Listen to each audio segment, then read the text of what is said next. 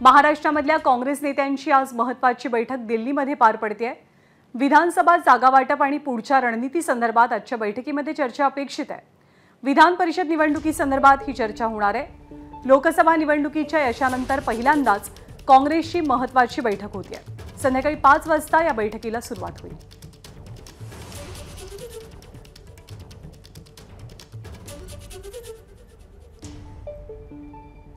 आपले प्रतिनिधी राजू सोनवणे सध्या आपल्या सोबत आहेत। राजू, या बैठकीला कोण कोण हजर राहील, काय स्वरूप असेल बैठकीचं?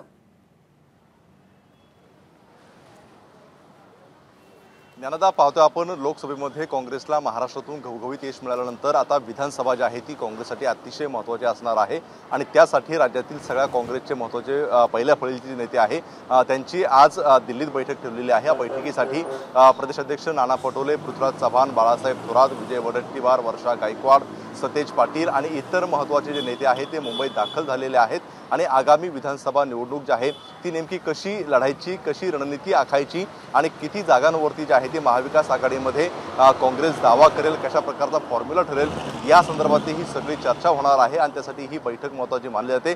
खरं तर लोकसभेनंतर निवडणुकीनंतर जी आहे ही पहिलीच बैठक आहे आणि या बैठकीला स्वतः राहुल गांधी, मल्लिकार्जुन खरगे सुद्धा उपस्थित असणार आहे। त्यामुळे ही अतिशय महत्त्वाची बैठक म्हणावी लागेल, कारण आपण पाहतोय की लोकसभेच्या जागा वाटपामध्ये सुद्धा होत असताना कुठेतरी शिवसेना असेल, ठाकरे गट किंवा शरद पवार यांच्यामध्ये थोडे काही प्रमाणामध्ये नाराजी नाट्य सुद्धा जागा वाटपावरून झालेलं होतं।